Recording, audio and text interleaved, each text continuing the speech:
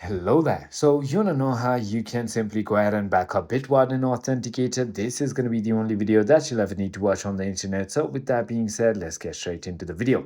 So we're going to talk about 4 steps that we can follow in order to go ahead and back up Bitwarden.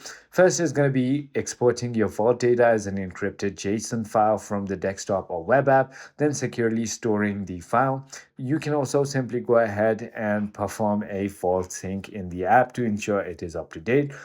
All right, so number one is going to be syncing your vault. So simply go ahead and open your Bitwarden application and then go ahead and head into your files on your settings. And then all you need to do is simply go ahead and click on backup right over here.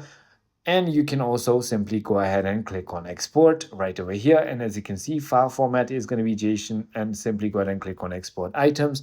And that is it. You can simply go ahead and safely have it.